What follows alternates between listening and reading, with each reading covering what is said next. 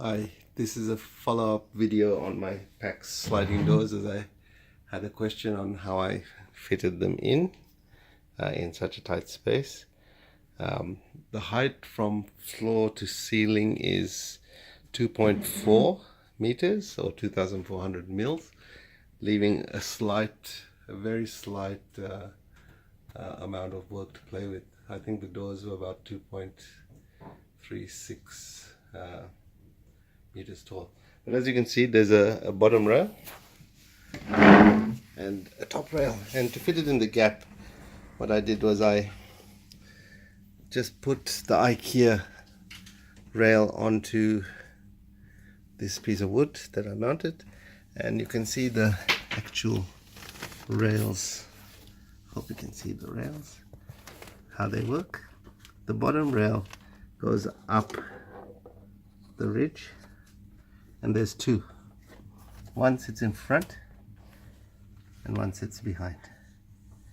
And so at the top, it's a bit tricky. You might need a bit of help because they're quite heavy. At the top are these sliders, and that's how they work too. So when you clip it on the bottom, you actually lift it over this ridge and then slide it on.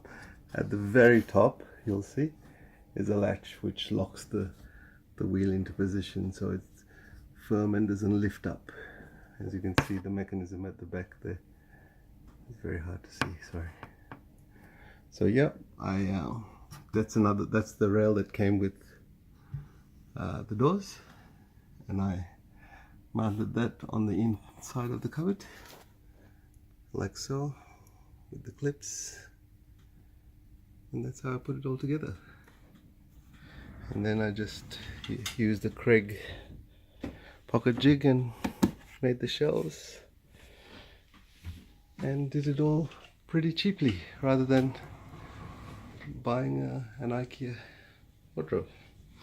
If my daughter's cupboards were tidy, the doors would close quite nicely.